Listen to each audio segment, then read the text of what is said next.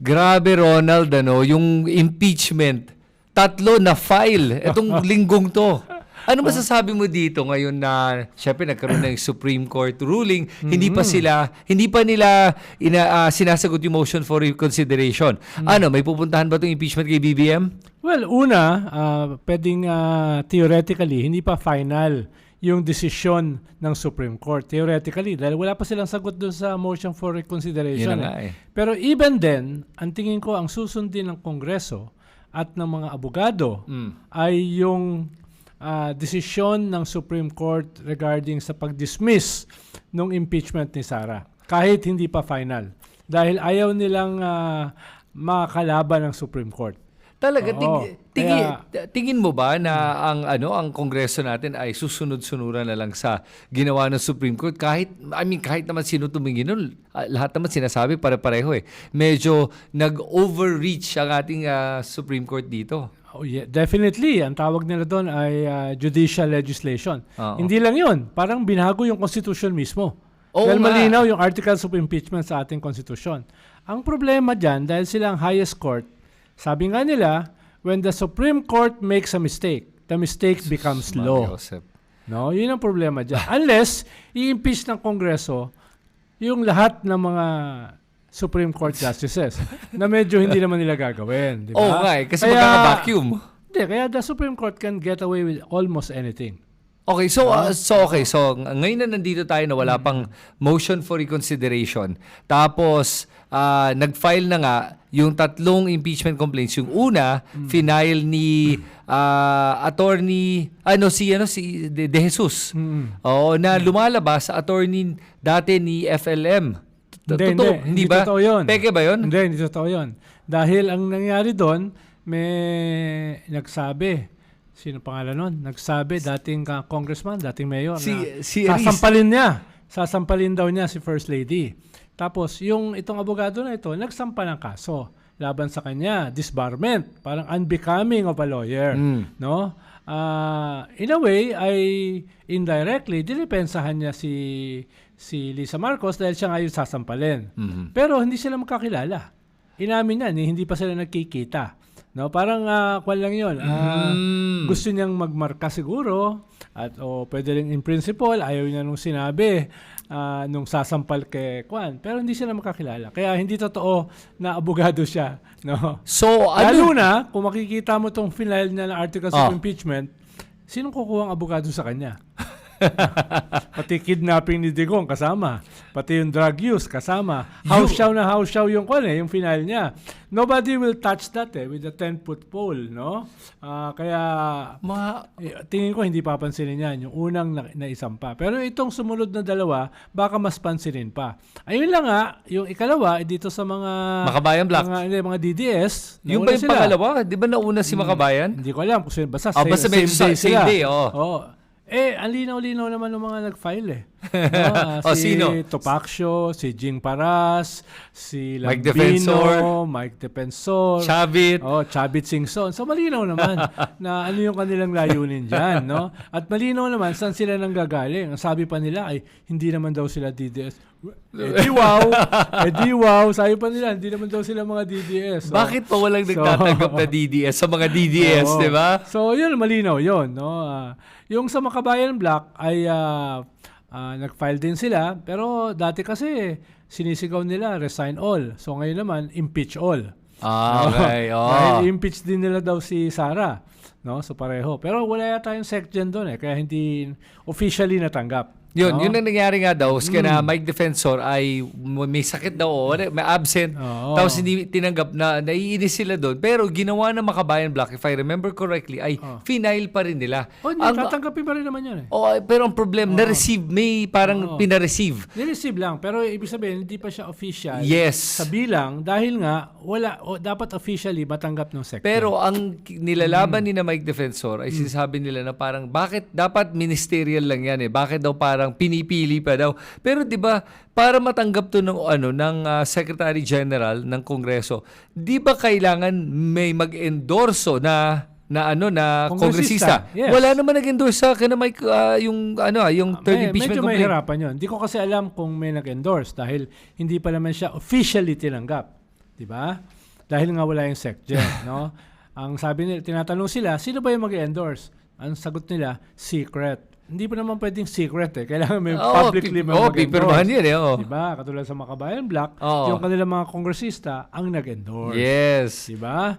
Ang kung ngayon dyan ay sabi mo nga nung simula nitong ating episode, anong rules ang susundin? Sinasabi ko, malamang yung rules na bago ng Supreme Court at ni Marvic Leonel. Ang tanong lang dyan ay, halimbawa, isa dun sa rule na bago ay dapat lahat ng kongresista ay kailangan patunayan na nabasa at naunawaan nila yung articles of impeachment.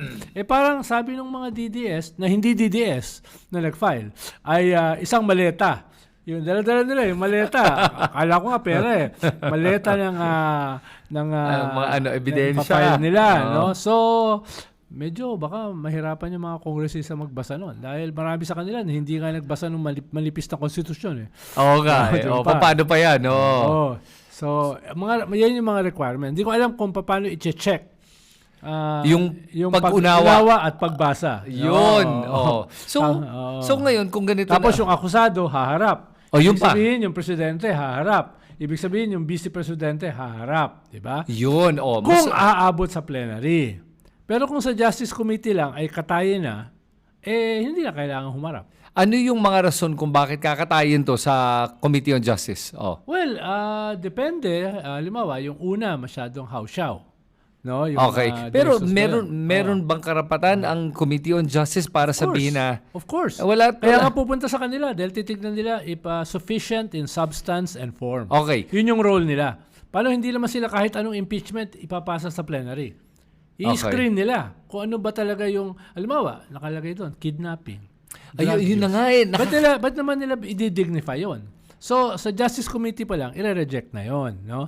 Yung iba naman, hindi ko pa nakita kasi yung maleta ng ebidensya ng mga DDS na hindi DDS, ay hindi ko alam kung ano laman nun. Dahil mahirap kasi na, culpability or command responsibility.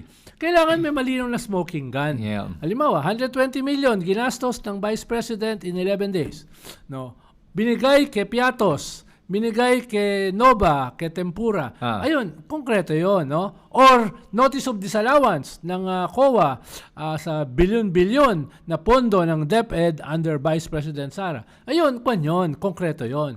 Pero pag sinabi mo generic na, commander-in-chief siya eh. So, yung lahat ng pagkakamali ng kanyang mga tauhan ay dapat siya yung makulong o siya yung ma-impeach. Yun yung titignan nung Justice Committee. Nung committee na yun, no? Alam mo pag tinignan mo nga yung mga sinulat na tong si Attorney De Jesus na to, talagang mawawala siya talaga ng kliyente. Tama ka doon eh kasi napaka-ridiculous yung mga charges na nilalabas niya. Number one. Number two, ito pa isa nakita kong na nagtaka ako. Yung pumirma na kongresista na nag-endorso sa kanya si pangalan nung party list. Si Jet Loon na miyembro daw ng NUP. At saka sino identified sa mga Garcia ng Bataan. Sino yun? At saan galing yun? Actually, hindi ko rin kilala. Parang biglang out of nowhere, bigla siyang lumabas na lang at nagsasabi na na nagpipirma na ito. Nagtaka nga ako, baka DDS ba to? Hindi, siya? At least may 15 minutes of kwan siya. Nakilala kahit pa paano, no? O Jet Nisay, yun, no? Sa pusong Pinoy party list ba yan? Kaya nagtataka ako yung ginawa niya. Tapos parang bakit siya lang ang nagpirma? Pero at least meron siyang 15 minutes of fame. 15 seconds. Ang generous mo, 15 seconds ang hindi ko maalala yung pangalan eh. Okay, sunod naman, yung Makabayan Black na impeachment. Nabasa mo ba yun? Kasi ako hindi ko pa nababasa. Hindi ko nabasa dahil nga hindi pa tinanggap eh. Officially. Okay. No? Yung dun sa una, yung kay De Jesus, 15 pages lang eh. Tapos tinanggap dahil nandun nga yung SecGen. Diba? Okay. So itong mga sumunod, hindi ko pa nababasa eh. Baka hindi ko nabasahin dun yung mga sa DDS na hindi DDS. Dahil isang maleta raw sabi nila. No? At saka hindi lang yun para sa akin, tignan natin kung may pipirmang kongresista. Oo nga. Ka- Dahil secret daw Magugulat ako kung dito pirmahan ni Pulong Duterte. Oo, yung isang kamag-anak pa nila Duterte na sa Kongreso, kung hindi nila pirmahan, magdududa talaga, magugulat ako. Tama. May pipirma naman. No? Oo. Okay. Ngayon, isa pang issue natin dito. Di ba nga ayon sa Supreme Court interpretation or amendment, lumalabas, parang amendment na ay kailangan daw first come, first filed, first served. Parang may gano'n di ba? O mali ba ang pagkaintindi ko nun? Well, hindi ko sigurado. No? Dahil nga usually yan, kino-consolidate yan No? Tapos halimbawa, kung na-reject naman yung una, di yung mga natira, baka i-consolidate. Di ba? Oo. Pero nasa decision niya ng House. No? Pwedeng sabihin ng House, isa lang. No? Or sabihin ng House, baka mag-usap itong nag-file, i-consolidate nila. No? Ronald, dun nga tayo nagka-leche-leche dun kay VP Sara according to the Supreme Court. Kasi sinabi nila, bakit hindi inaksyonan daw yung first, second, and third. At dapat daw nung una pa lang, yung unang nag-file, dapat daw yun lang ang pwede. Pero hindi naman, like we know, sila din nagsabi, ministerial nga ang trabaho ng Secretary General. So ibig sabihin, kailangan niyan tanggapin yung pangalawa at pangatlo. Hindi, tsaka the Secretary General is not Congress. Yun. Empleyado lang siya ng Congress So bakit sinasabi ng Supreme Court, nag-file na, tatlo. Well, kaya dapat wala na, binasura. Kaya siguro hindi nila sinasagot yung motion for reconsideration. Dahil very compelling, very surgical yung motion for reconsideration. Yung sinabi ni Marvic Leonen na according to ABS-CBN, hindi dumaan sa plenary. ABS-CBN mismo nagsabi na sa coverage namin, dumaan sa plenary. Nandun yan sa motion for reconsideration. Nakakahiya, no? Sorry Supreme Court yan nagkamali ng ganyan. Tapos sinabi nila, teka, hindi na delay No, ito, umabot sa deadline. Yung tatlo, no, umabot sa deadline.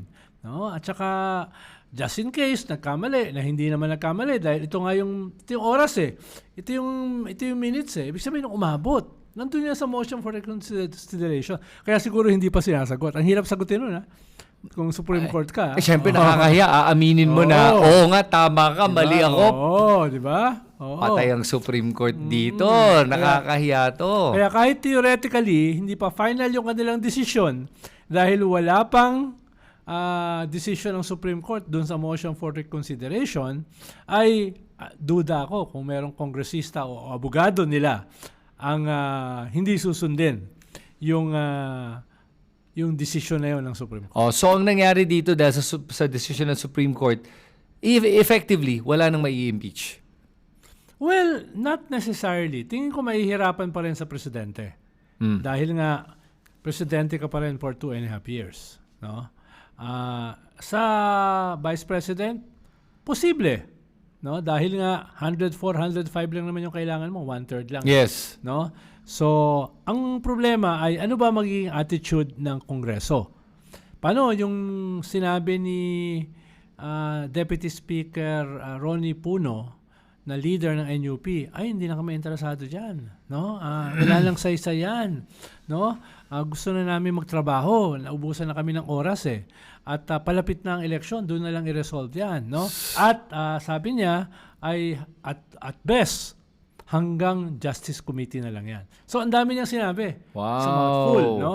Pero tingin ko that is partly a message to Malacanang. Kausapin niyo naman kami. Kung gusto niyo ng impeachment, kausapin niyo kami. What's in it for us? Dahil una, tinanggal niyo na yung kanilang mga pork Tinanggal mo na yung kanilang mga flood control. Tinanggal mo na yung kanilang mga ayuda, no?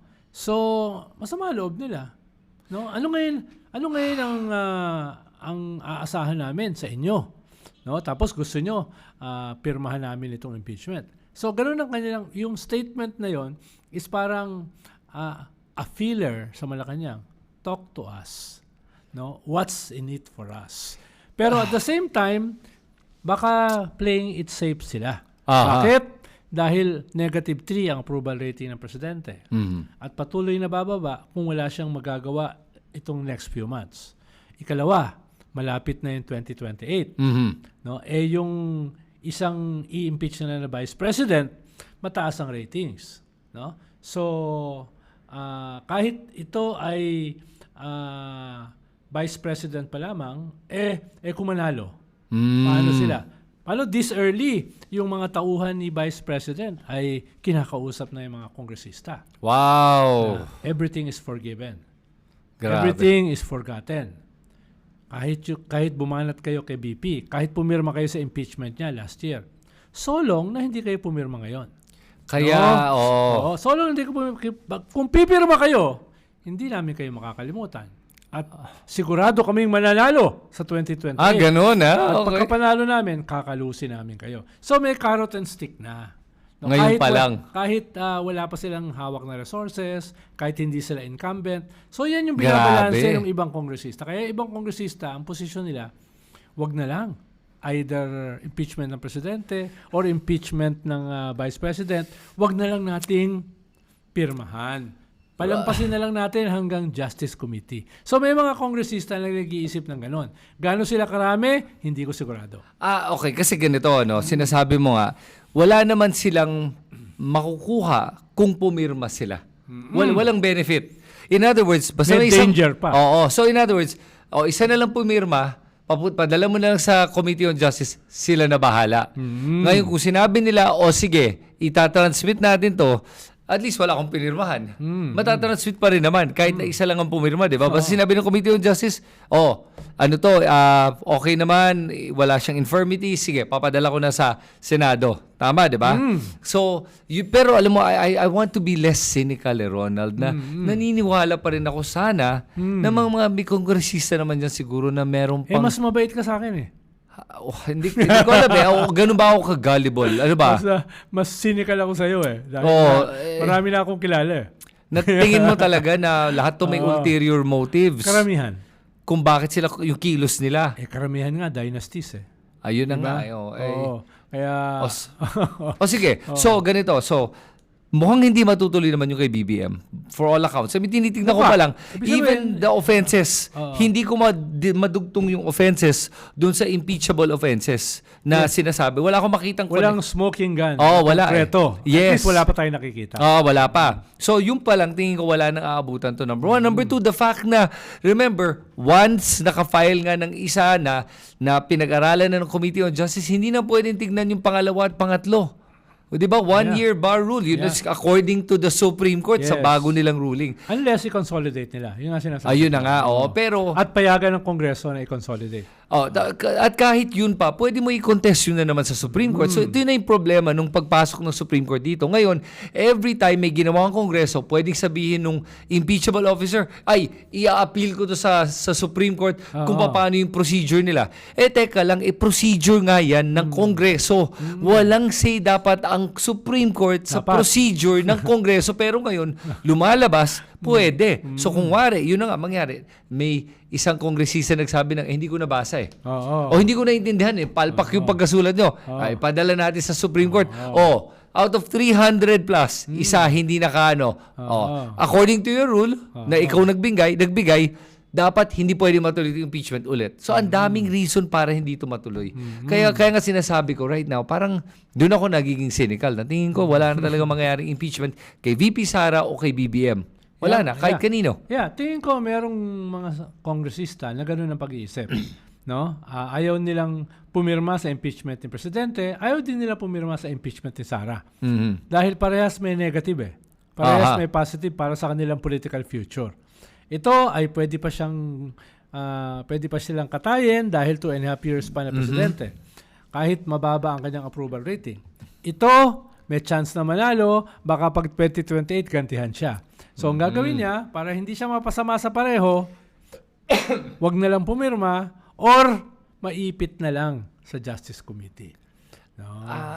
Okay. Pero paano naman, Ronald, yung sinasabi mo at yung mga narinig ko sa mga ibang tao na sinasabi nga nila na pwede na tong litisin sa Justice Committee.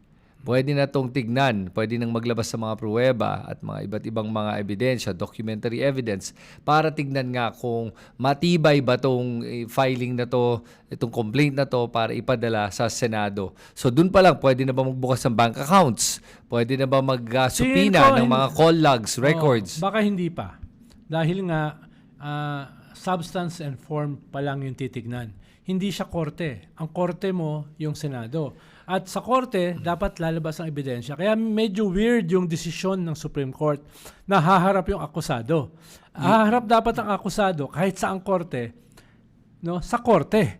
Hindi naman korte ang Kongreso Yeah. no? Ang korte ay yung Senado. Kaya medyo weird yung desisyon ng Supreme Court. Kasi sinasabi nga nila, kailangan magkaroon ng pagkakataon sumagot ang akusado. Doon yun dapat Oo nga, pero gusto nila sa Committee on Justice na pwede nang sumagot.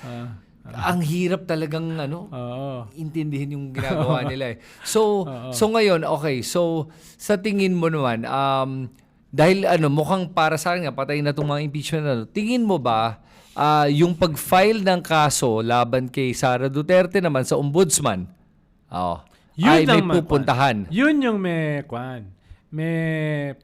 possibility na makadamage kay Sara. Dahil pwedeng pabuksan ng ombudsman yung kanyang bank accounts. Hindi lang using the plunder case, kundi using yung power niya to check the salin. Gusto ko i-check yung salin. Kahit pagpalagay mo na, walang plunder case na kaso. Gusto ko i-check yung salin niya na nagja-jibe sa kanyang kayamanan. Pabubuksan ko sa AMLA yung kanyang bank account. At yung AMLA, pabubuksan sa bangko. So, ibig sabihin, pwedeng gawin yon. No? Hindi na kailangan hintayin pa yung trial sa Senado. Okay. At halimbawa, pag plunder naman, ano yung mga ebidensya sa plunder? Pabuksan ko na. So, pwedeng gawin yon. Kahit hindi siya matatanggal. Parang hindi naman siya immune from suit like the president. So pwede siyang kasuhan ng plunder, pero kahit mag-succeed yung plunder, hindi siya tatanggalin as vice president dahil it's an impeachable position. Pero pwedeng lumabas yung ebidensya. No? Sa ombudsman pa lamang. Sa SALN pa lamang, sa plunder pa lamang, na hindi pwedeng gawin sa presidente. Okay. Yung sa presidente, dapat talaga impeachment. Right, yun lang ang mechanism.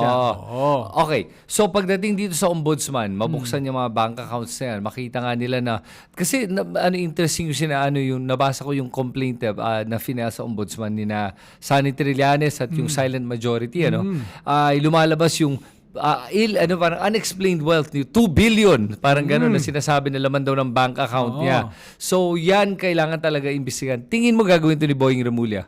Oo, dahil halimbawa, may president ka, may chief justice ka nga na impeach Dahil sa SALN lang hindi nagtugma yung kanyang SALN dun sa kanyang kayamanan, lalo na yung kanyang dollar accounts na $2 million. $2 million lang yun Eto, billion pa yung sinasabi. Yeah. No? Tapos, ikalawa, kanino galing yan? Sammy Uy, drug lord yun Michael Yang, drug lord yun So, in the eyes of the public, baka mahatulan si Sara. So, hindi lang to usapin ng hatol ng korte. Usapin ito sa public opinion. No? It could be a game changer. Lalo na kung aabot si Sara sa 2020, tatakbo siya. Ipapamukha sa kampanya yan. Ba't galing sa drug lord yung mga pera mo? Akala pa namin anti-drugs kayo. Oo nga. Ba't ito mga drug, ibig sabihin, totoo yung sinasabi nila Cañas tsaka ni Matobato? At saka ni Trillanes, Na pinapatay nyo yung mga drug lords para palitan ng inyong sariling drug lords? Ganun yung ikikis-kis nila. Using that evidence. Kaya mawe-weaponize yung ebidensya na yan, hindi lang sa korte, kundi in the court of public opinion. Okay, so pero kung wari sabihin natin ginawa nga ito ng ombudsman, tinuloy yung investigasyon at tuloy yung laban yung sa pag-file ng complaint na to. Let's say nagkaroon ng verdict. Guilty. Ano na? Hindi siya makukulong. Wala. Kumbaga parang academic lang. pero, Walang pwede mangyari. Pero mabubuksan yung ebidensya. Pero at pag hindi na siya vice president, doon na siya pwedeng kasuhan. Pero hindi, pwede naman kasuhan ngayon. Nag-file na nga, di ba? Kaya nga. Pero hindi siya makukulong. Hindi lang makukulong.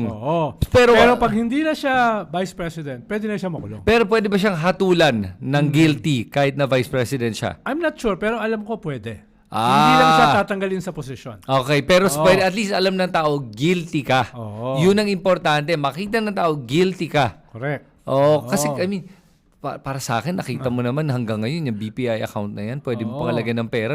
Nakalagay Duterte Yes. Tatanggapin nila yan. At kahit tanggalin yung lahat ng pera, May record. may record, may resibo. Ikaw, alam mo, nasa finance ka eh. So, hindi mo itatago yan. Oo. May resibo yan eh. Oo, kahit anong sabihin mo sa bangko. Oo. I don't think papayag yung bangko na biglang i-erase mo lahat ng records Hindi, mo. may erase yun. At saka, Konektado yun sa mga iba't ibang tao eh. yung bangko makakasuhan. Yung bangko masasara kung gagawin nila yun.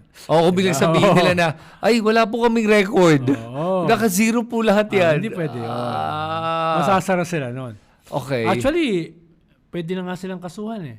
Bakit kayo nagpasok ng daang-daang milyon na walang red flag? Bakit kayo nagpapayag mag-withdraw ng bilyon-bilyon, daang-daang milyon na hindi yun na red flag? Diba? Di ba bawal yan? Dapat 500,000 lang eh. Oo. Nare-red flag na. So sila, tatamaan sila niyan. Kaya maingat yung mga bangko eh. Okay. Oo. So, ngayon, sige, andito na tayo ngayon sa panahon na wala na talagang recourse. Tanong ko lang sa'yo, ikaw ba tingin mo dapat ma-impeach si BBM? Well, kung meron talagang konkretong ebidensya, why not? Okay. No? Pero pag yung kaso ay kidnapping ni Digong ng ICC, pinayagan mo, or drug use, no?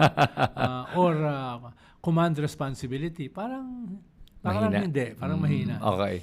Ngayon, kung meron talagang konkretong ebidensya na itong presidente, no, ginahasa itong babaeng ito, or itong presidente, no, ay tumanggap ng 8 bilyon galing kay Bernardo, di ba? Yung gano'n. Iba usapin yun, di ba? Pero kung wala namang gano'n, no, ang nagsasabi si Saldico, binigyan kong presidente. Pero hindi naman malinaw, no, kung kailan, saan, no, at ano yung kanyang ebidensya. At wala siya rito. At wala siyang legal affidavit. So, hindi magagamit sa korte yan. Hindi magagamit sa impeachment. Mukhang gagamitin ng mga DDS na hindi DDS yung impeachment case nila labang kay BBM. Yung statement ni Saldico. Pero iniisip ko lang, paano wala namang legal document si Saldico. Wala nga kahit so, isa. ang sasabihin mo, nasa level yan ng rumor. Oo nga. Diba? So, unless mismo si Saldico biglang bumalik dito. Sabi nga ni John Vic Remulla, may isang kaibigan na nagpaabot sa isang kaibigan at sa isang kaibigan na gusto daw makipag-usap ni Saldico sa simbahan. Dahil nakakuha daw ng ng spiritual no? Parang spiritual awakening. Oo. Ang hirap kasi magkaroon ng spiritual awakening kung hindi mo binabawi yung statement mo na isang sentimo wala ka nakuha. No? Ibig sabihin, bago ka mag-spiritual awakening, umamin ka muna sa kasalanan. Oo nga. Diba? Bago ka patawarin ng Diyos sa kasalanan mo, aminin mo muna, nagkasala ka. Pero kung sasabihin mo, wala akong kinalaman dyan, ni isang sentimo, wala akong nakuha, medyo malabo yun. Diba?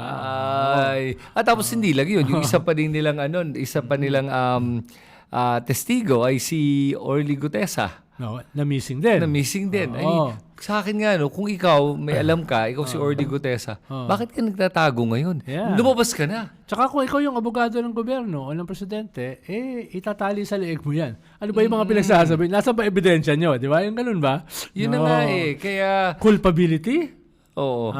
Command responsibility? Napaka-generic nun eh. Yes, totoo yun. So, kailangan may konkreto na ito ay tinanggap mo, 2 bilyon.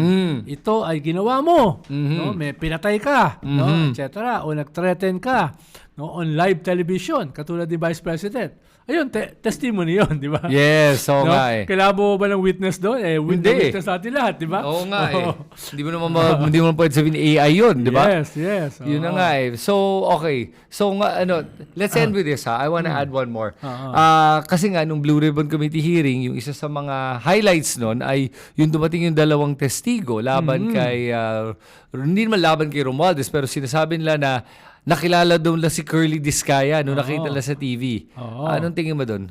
Well, pwede yun, no? Pero yung layunin na idikit si Discaya kay Speaker Martin, baka kulang pa. Di ba? Dahil wala namang doon at least yung nakita ko, walang ebidensya pa linking the Speaker with Discaya. Sinasabi lang, si Discaya ay humarap, binili, allegedly for Martin, itong attorney Paras. Paras Yes. ang humarap at itong attorney Paras ay nakaupo sa board allegedly ng 3 kumpanya ni Speaker. So marami pang layers. Yes. No? Kaya ipapatawag sa next Blue Ribbon si Paras. Yes. No? Para magbigay ng liwanag dito. Pero for now, mismo si Ping inamin niya, walang ebidensya. Linking the Speaker dito. No? Naku, baka mapagkamalang kang Romualdez defender niyan, ha? Well, kung merong ebidensya, ako pa yung mauuna. Sabihin ko, Oo. dapat ikulong yan. Oo nga Dapat eh. kasuhan yan. Pero sinasabi ko lang, doon sa Blue Ribbon, mismo si Ping, umamin, wala. Actually, nakakatawa nga yung Blue Oo. Ribbon Committee hearing na yun. Kasi yung dalawang babaeng to, sabi nila, pinakilala sa amin isang kontraktor. Tapos sabi ni Ping, si Diskaya, wala pong sinabi na, wala binigay naman ng pangalan. So, sinabi ni Diskaya na kay Romualdez, hindi po, yung contractor po nagsabi na tingin namin si Diskaya, na-recognize namin. Pero ang hirap nung ganong klaseng testigo na nagsasabi na pinakilala sa amin contractor, walang binigay na pangalan. Sana nagbigay ng pangalan. Para sa akin, ang una lang kailangan gawin ng Senado, imbitahin na itong si TJ Conti, yung broker. Yes. Dahil dito ang broker na to, tatanungin mo siya direkta, sino yung contractor na dinala mo doon? Kung sinadiskaya yun, yari si Diskaya. Sabi, hindi, si Diskaya dinala ko. Ito text message namin. Ito phone logs namin. Na ito sabi niya kliyente niya. Pwedeng ganon. Yeah. Ngayon kung hindi si Diskaya 'yon. Isa pang hindi ba masisira ang mga testigo pag sabi niya, hindi po si Diskaya 'yon. Sino 'yon? Si ganun-ganun po. Kung makita mo kamukha lang pala ni Diskaya. Paano na? Kaya nga sabi ko, kulang pa, mahina pa, para idikit. Hindi sa dinedepensahan natin si Speaker. Ang sinasabi lang natin, based doon sa evidence na ipinakita, wala pa. Yun. Mas natuwa nga ako doon sa Blue Ribbon hearing, doon sa dalawang nangyari. Una, yung nakabaklaba na nakatakip yung mukha, na neon yellow. Nasabihan siya, ba't ka nakatakip ang mukha? Hindi ka naman testigo. O tinanggal niya. Pero hindi naman niya tinanggal yung baklaba. Tawa ako ng tawa. Sabi ko nga kay Ed Lingaw, kailangan ko rin ng ganung baklava. Susuot ko rito sa StoryCon.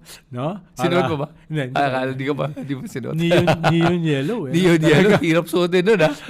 Kung ikaw, gusto mong hindi ma-recognize, ba't ka magsusuot ng baklava na neon yellow? Na lahat makikita ka. Oo nga, napapatanong ka na baklava. At hindi naman siya testigo. Di ba? Natawa talaga ako ron. Ikalawa, yung sinabi ni Diskaya na, yung sa usapin ng restitution, yung Ay, sus Mariosep, nakakatawa yun.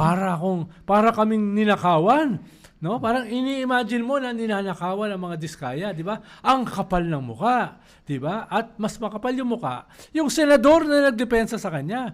Talagang pinipilit siyang depensahan na dapat isama sa witness protection at saka sa state witness. After nung sinabi niya na yun, lalong hindi yung tatanggapin. Di ba? Pero nakakatawa kasi pag pinakinggan mo yung sinabi ni Diskaya, at wala pa siya nakapansin na to, pero yung actual sinabi niya parang yung nagnakaw, siya pa ang magbabalik ng pera sa ninakawan. Sandali, ninakawan mo, ibabalik mo yung pera sa ninakawan mo. Parang tama naman yun. Bakit hindi? Ninakawan mo. Di balik mo yung pera. Kaya nakakatawa to si Diskaya. Ang gulo-gulo niya eh. Sabi nga ni Christian, nahulog daw sa silya niya na pinapakinggan niya. Parang, hindi ko alam kung tawag dyan Freudian slip. Parang ito, ginagago tayo. Gago na nga tayo. Ginagago pa tayo. Oo nga eh. So, yung dalawa na yun. Yung naka-neon yellow na baklava. At saka yung sinabi ni Diskaya na parang ninanakawan. Tapos yung pagdepensa sa kanya ni Marcoleta. At hindi lang yun. At nag-away kay Prosecutor General ng DOJ. Sabi Prosecutor, exasperated na si Prosecutor General. Nagsusoli na nga nung ninakaw. Di ba? Nagsusoli na nga. Ba't hindi mo tatanggapin, no? Oo nga. Pero Ronald, para sa akin, yung isa pang problema na itong Blue Ribbon Committee hearing na to, parang hindi nila dinidiin yung mga tanong nila. Parang hindi sila handa dito sa Blue Ribbon Committee hearing. Hindi, gumawa sila ng minority report. Sus Mariosep, yung minority report na yan, pambihira. Ano ba yan? Napaka-self-righteous. Keso, hindi nila binanggit. Keso? Did you say keso? Keso? Keso, di ba? Keso. Keso. Okay. Keso, hindi nila binanggit, no? Ganun. Ang lakas ng loob eh. Oo nga. Kumuha ng Minority Report criticizing na napaka-selective daw. Selective. Nitong Blue Ribbon. Sila pa nagsabi na selective. Oo, napaka-selective daw. Hindi daw tinutumbok yung mga principal. Tulad ni Nina Joel Villanueva? Tatlo sa Nina principal, Jinggoy? miyembro nila ng minority. Oo nga eh. Di ba? Si Jinggoy, si Joel Villanueva, si Chis Escudero. Kasama sila ron eh. Ba't wala silang nilagay doon sa hindi nila nilagay, dinepensahan nila. Pag binasa mo yung Minority Report, inabswelto nila. Si Jinggoy at saka si Chis Escudero. Wow, kaya hindi ko binasa. Kaya sabi ko, ang kapal. No? Ang kapal na mukha, ang lakas bumanat. Pero, hindi nila binabanatan yung mga kakampi nila. Hindi lang hindi binanatan, inabswelto pa. Inabswelto. Diba? So, anong klase itong mga ito? Wala, kalokohan. Diba? Kaya nga tama si Ping eh. Kaya galit na galit si Ping eh. Basura yan. Banat kayo ng banat? No? Basura yan. Hindi nyo sinunod yung rules natin? Oo Dapat i-present nyo yan rito. Oo nga. No? Para yan ay maging tunay na Minority Report. Oo. Alam nyo naman, matagal na kayo mga senador, yung iba dyan, hindi nyo ginawa. Ibig sabihin, ang gusto nyo lang, manira. Si Marcoleta pumirma dito. Oo, sa Minority Report. Pero at least siya sumipot naman sa hearing. Yung iba hindi man lang sumipot. Hindi, dahil kailangan niyang idepensa si Diskaya. Kasi nga sa bagay, no? Diba? Hindi ko alam kung bayad siya o hindi, pero siguro si meron Montulfo ang nagsabi. si Hindi tayo, ha? Kung sinabi si Montulfo ang nagsabi. Kung totoo nga yun na sinabi ni Montulfo na meron siyang sweldo dito, whatever. At kulang pa raw. Kung down payment pa lang daw. Edi dapat magtrabaho siya. Oo. Kung totoo yung sinasabi ni Montulfo. Yes. Kaya kailangan siya sumipot kasi shoots. Yung oras, bayad ako dito by the kaya- hour. Kailangan, pakita ka, di ba? So, okay. So, ngayon, andito na tayo sa punto na magkakaroon pa ba tayo ng isa pang Blue Ribbon Committee hearing? Tingin ko, dahil sabi nga ni Ping, papatawag si Paras, no? At saka marami pang sasabihin si Bernardo, no? At saka si Alcantara. Ang kasi dito, kinakatakutan nitong mga big fish, tinanggap si Bernardo tinanggap si Alcantara, tinanggap si Opulencia dito sa witness protection as state witness. Ibig sabihin, yung kanilang testimonies ay gagamitin ng gobyerno laban sa big fish. Okay. At yung mga big fish na binanggit, maraming senador, maraming congressman, Yes. merong ilang cabinet secretary, maraming DPWH, maraming contractor. So ngayon, nanginginig na ito mga to. Dahil kakasuhan ba sila ng kaso ni Bong Revilla at saka ni Diskaya? Appetizer yun na non-bailable offense. Diretso sila sa kulungan. Ito nga si Joel, kinasuhan na. Nagulat lang ako, ba't binigyan ng 1 linggong palugit para sumagot? Non-bailable yung kaso. Sabi ko, ngayon ako nakakita ng gano'n. Non-bailable case, sinampa, tapos binigyan ng 1 week para sumagot. Wow. Dapat kasi, sasagot ka habang ikaw ay nasa preso. Yun. Non-bailable nga Kaya nga, Pero nakapagtata. Pilipinas ito Ayun na nga. So, Yun ang sinasabi ko nga sa'yo. Only in the Where Philippines. law is not is not followed, it is suggested. Yes. Oo, 'di ba? Yun parang suggestion lang kung gusto mo makinig, pwede. Kung ayaw mo, Tama, okay tama. lang. Suggestion Pag makapangyarihan ka. Pero sa common tao, sa kung madlang people ka, wala ka talaga. Parang yung decision doon kay Bong Revilla doon sa Napoles. Na, okay, yung chief of staff niya may kasalanan, chief of staff niya makulong, pero kailangan niya magsoli ng 130 million. Nakulong siya uli, hindi pa niya naisosoli no? So ano yun, suggestion na 130 million, isoli mo o hindi, okay lang? Ay, nako talaga. Court decision yun, Ayun, yun na nga. Yun naman talaga kadalasan na nangyayari kasi nga dito. Na panay, sasabihin, gawin mo to. Pag ayaw sundin. Wala tayong magagawa. So sunod naman dito sa Blue Ribbon Committee hearing, isa pa napansin ko. Nabanggit nga ni Bernardo yung pangalan ni na Trigiv Olivar at saka si Maynard Ngu at sumipot sila. Bilib ako doon at saka si Bonoan sumipot. Pero ang tanong ko, pagdating nila doon, tinanong, ginawa mo ba yung sinabi ni Bernardo? Sabi na hindi, I deny it. Tapos na? Yun na yun. Hindi, Pwede ba yun? Hindi, syempre, ako inaasahan ko yun. Syempre, sasabihin nila, hindi, kasi nungalingan yan. Paano ang mangyayari dyan? Harap na sa korte. Hindi naman kasi korte yung Blue Ribbon. Hindi naman korte yung Blue Ribbon. Hindi naman sila pwede ipakulong nun. Anong tawag doon? In aid of legislation. Ayun lang, pwede silang ipakulong kung hindi sila haharap. Tama. Pero hindi sila pwedeng ipakulong. Hindi siya trial court. Hindi It's an investigation in aid of legislation. So, hindi... Kaya sasabihin talaga nila, ay hindi, wala akong kinalaman yan, kasinungalingan yan. Okay. Ngayon, pag harap niya sa korte, doon ipapakita ang ebidensya. Pero Doon hindi ba ipapakita pwedeng- yung corroboration, no? Okay. Hindi kasi, I mean, in aid of legislation, iniisip ko lang tama yung sinabi, in aid of legislation, siguro kung ako yung senador, gagawin ko, maghahanda na ako ng mga ebidensya para ipakita in aid of legislation kung paano umiikot yung pera at yung SOP dito at paano nasama itong mga to para sa susunod na legislation, matatakpan na natin itong mga butas na ihaharap ko sa inyong lahat ngayon. Posible. Bakit hindi ko lang gumawa Posible, noon? oo. Kasi meron ka may sinabi na si Bernardo so teka, titignan natin. Sabi ni Bernardo, nagkita daw kayo sa Magallanes. Itong ginawa po namin, itong araw na to, check mo yung, kung may CCTV pa ba, hindi ko lang kung meron pa, o kaya kahit yung phone log, call logs, anything to show na ito yung nangyari. Paper trail. Ang assumption mo kasi, Chris, matatalino yung mga senador. Ay, sus. Kaya ayusin mo yung assumption mo. Sorry, okay. I expect too much. Ganun ba yun? Oo, posible. Posible, no? Sabagay, Asahan mo yan kay Robin Hood Padilla, wag sa iba. Sa bagay. O kung si Robin Siya Hood, yung pinakamatalino ron eh. Ayun, baka yung pa lumabas pa. O nga, yung mga ganung klaseng tanong, ano? Oo. Kaya ang pwedeng gawin dyan, ang pwedeng gawin ng Blue Ribbon, mag-recommend ng kaso. Sabihin nila sa Sandigan Bayan o sabihin nila sa Ombudsman, batay sa aming napulot dito sa aming investigasyon, dapat kasuhan ito. Yun ang ginagawa nila. Pero hindi kinakasuhan sa Blue Ribbon. Okay, tama. Okay, that makes sense. Pero sa akin, ang hinaasa ko sa Blue Ribbon Committee natin, kung magkaroon pa na isa pang hearing, ay sana talaga maglabas pa sila ng iba't iba pang mga ebidensya laban dun sa mga naakusa na. Kasi nga, mukhang matibay yung testimony ni Bernardo, ni Alcantara at ni Bryce Hernandez. Pero kailangan nilang ipatibay pa yan sa pagpapakita ng mga corroborative evidence. Paper trail. Yun lang yun. Yes. Tingin ko meron yun. Pero halimbawa, yung ginawa nila kay Kibuloy, di ba? Nag-hearing, lumabas sa ebidensya, testigo, tapos yan ay ipapasa nila ngayon sa appropriate court.